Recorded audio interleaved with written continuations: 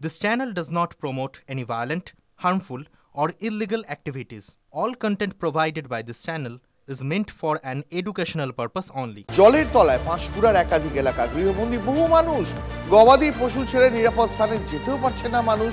বাড়ির ছাদে দিন কাটছে আম আদমির। গতকাল থেকে উদ্ধার কাজে নেমেছে এনডিআরএফ, এখনো সবাইকে উদ্ধার করা সম্ভব হয়নি।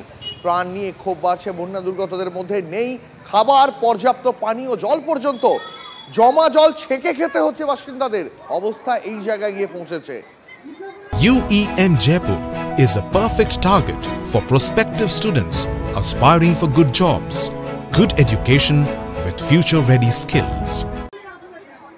দিদি যে এসলো আমাদের সঙ্গে দেখা করলো না, গাড়িতে উঠে চলে গেল, তাহলে আমরা কিরকম পরিস্থিতিতে আছে আমাদের তো দেখার দরকার একটু। দিদি কি এসছে? দিদি তো আমাদের সামনেই আসছে, নিয়ে এসলো, গাড়ি উঠে চলে গেল, তাহলে আমাদের কিরকম? আমাদের তো রাস্তায় জল, খাবো কি, থাকবো কোথায়? আমাদের কোনো পরিস্থিতি আছে? এক গোলা করে বাড়ির ভিতরে জল হয়ে গেছে, রাস্তায় পুরো ছুঁই ছুঁই, মাথা ছুঁই ছুঁই জল। এখনও পর্যন্ত কোনো ত্রাণ পৌঁছায়নি, জল ঠিক করে নেই, একটা তিরপল নেই, কিছু নেই, পুরো একদম ভয়াবহ পরিস্থিতিতে মানুষ ভেতরে পড়ে আছে। এখানে তো বন্যায় তো জল তো ভর্তি হয়ে গেছে, বাচ্চাটা ছেলে রাস্তায় বসে আছে, ঘরের ভেতরে পুরো এক কোমর করে জল হয়ে গেছে, কোনো খাবার দাবার কেউ কিছু দেয়নি এখনো। ডিভিসি ছাড়া জলে কার্যত পূর্ব মেদিনীপুর সহ একাধিক জেলা কিন্তু বন্যার কবলিত হয়েছে। ইতিমধ্যেই সমগ্র এলাকা থেকে বিভিন্ন জায়গা থেকে প্রশাসন চেষ্টা করছে যেসব নিচু তলার মানুষজন ছিলেন তাদেরকে উঁচু কোনো আশ্রয়স্থল জায়গাতে শিফট করার ক্ষেত্রে।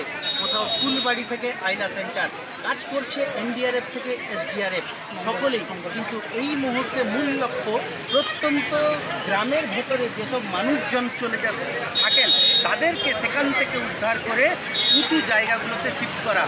মূল লক্ষ্য কিন্তু একটাই, সাধারণ মানুষের কাছে ত্রাণ পৌঁছে দেওয়া, জল পৌঁছে দেওয়া থেকে শুরু করে রিলিফের মালপত্রটা পৌঁছে দেওয়া মূল বিষয়। এই মুহূর্তে কিন্তু এনডিআরএফের যেসব প্রতিনিধিরা কাজ করছেন তারা কিন্তু নিরন্তর প্রত্যেকটা গ্রামের ভেতরে ঢোকার চেষ্টা করছেন যেসব জায়গাগুলোতে মানুষজন আটকে রয়েছেন। স্পিড বোট নিয়ে যতটা যাওয়া সম্ভব স্থানীয় মানুষজনদের সাহায্য করছেন এবং নিয়ে রেস্কিউ অপারেশন চালাচ্ছেন। কতক্ষণে প্রত্যন্ত এলাকাতে যেসব মানুষজন আটকে রয়েছেন তাদেরকে রেস্কিউ করা সম্ভব বা তাদের কাছে খাদ্য, জল, সমগ্র শুকনো খাবারটা পৌঁছে দেওয়া সম্ভব, সেটাই এখন দেখার বিষয়। 24 ঘন্টা কাটলেও বন্যার জল কিন্তু আরও বাড়ছে পরপর, এমনটাই মনে করা চলে। পাঁশকুড়া থেকে ক্যামেরা দেবাশিসের সঙ্গে কনিষ্ঠ মাইতি, TV9 বাংলা।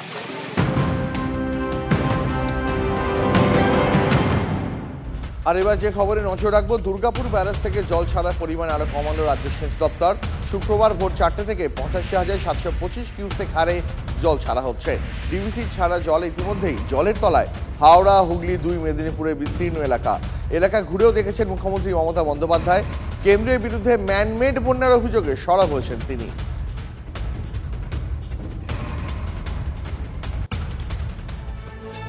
নিম্নচাপের বৃষ্টি, ডিভিসি ছাড়া জলে ঘাটালের হাল কার্যত বেহাল। জলের তলায় ঘাটাল, ডিঙি নৌকা করেই চলছে যাতায়াত। জরুরি জিনিসপত্র নিয়ে নৌকো করেই নিরাপদ জায়গায় পৌঁছানোর চেষ্টা করছেন স্থানীয়রা। জলবন্দী লক্ষাধিক মানুষ, এবং এটা 1 বছরের ছবি নয়, এটা বছরের ছবি। আমার সহকর্মী ঘাটাল থেকে অসীম রয়েছেন আমার সঙ্গে, অসীমের সঙ্গে কথা বলবো। অসীম, ঘাটাল মাস্টার প্ল্যান শুনি, ভোটের আগে নেতাদের মুখে এত প্রতিশ্রুতি শুনি, কিন্তু প্রত্যেকবার বৃষ্টি হলেই বা কোনো নদীর জলস্তর বাড়তে শুরু করলেই ঘাটাল সবার আগে জলবন্দী হয়ে পড়ে, কেন?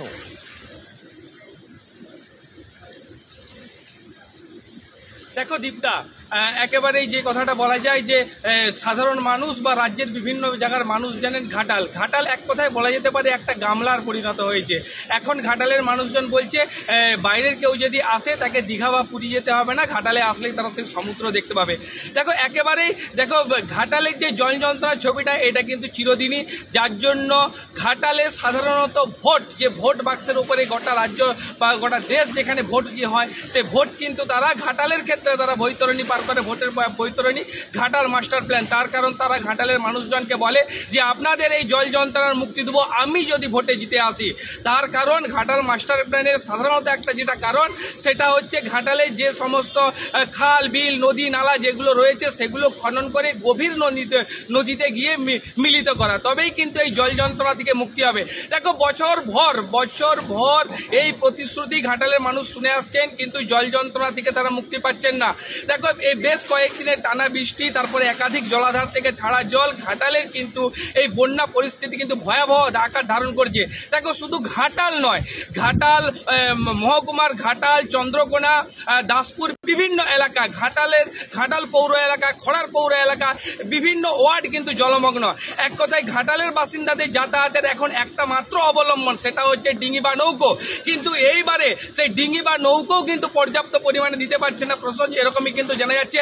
সব থেকে বড় সমস্যা হচ্ছে ত্রাণ সামগ্রী নিয়ে একটা এই ত্রাণ সামগ্রী নিয়ে বারবার অসীম গতকাল থেকে শুরু করে বিগত বেশ কয়েকদিন ধরে ত্রাণ সামগ্রী নিয়ে যারা স্থানীয়রা তারা বারবার অভিযোগ করছেন। কি বলছেন তারা ক্যামেরার সামনে শোনাই একবার দর্শকদের।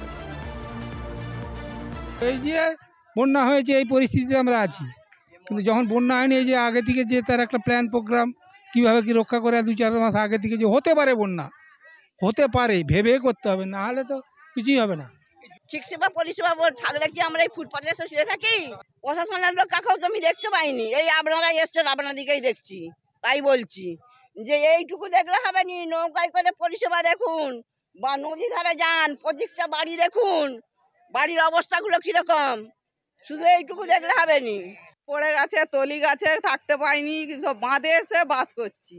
পরিস্থিতি খুবই খারাপ, একবার শেষ পর্যায়ে, মানে শেষের অবস্থায়, মানে বাঁচার কোনো পথ নাই। গিয়েছিলাম, আসতে পারিনি, বিশাল কষ্ট করে এখানে আসা।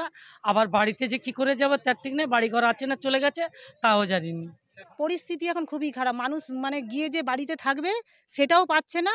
এখানে অসহায়ের মতো এখানে বাঁধে সারাদিন রাত, এনারা সারাদিন অসহায়ের মতো সারাদিন রাত এখানে বসে আছে, না খেয়ে না দে, এদের কোনো খাওয়া দাওয়া, এরা প্রাণের ভয়ে শুধু একটা শাড়ি পরে মানে কোনো রকমে বাঁচার জন্য বাড়ি শুধু পালিয়ে এসছে।